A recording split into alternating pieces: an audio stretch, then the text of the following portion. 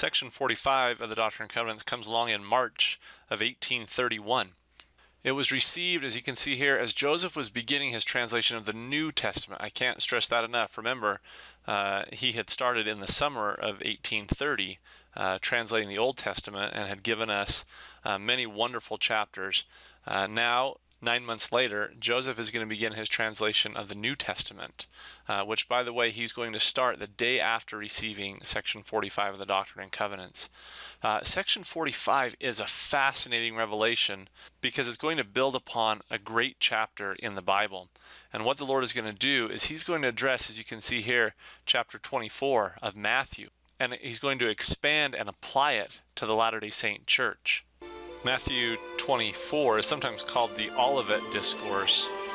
It's the discourse where Jesus on the Mount of Olives met with his apostles and answered some of their questions that they had about when Christ would return and the end of the world. Master, tell us, when shall these things be?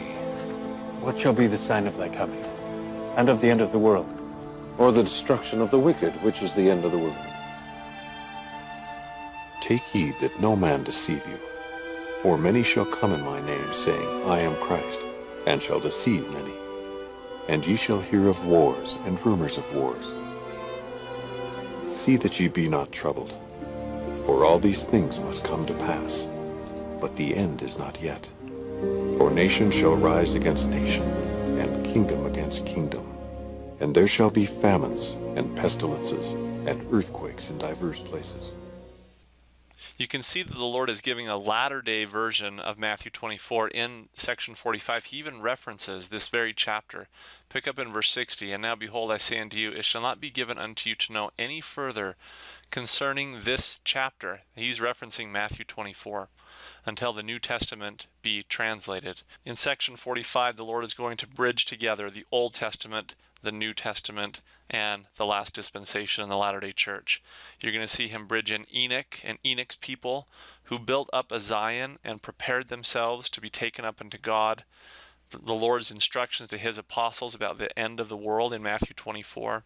And then you're going to see the Lord apply that to the Latter-day Saints here in the last dispensation, and his interpretation and instructions to them about preparing for his return, including the building of a new Jerusalem.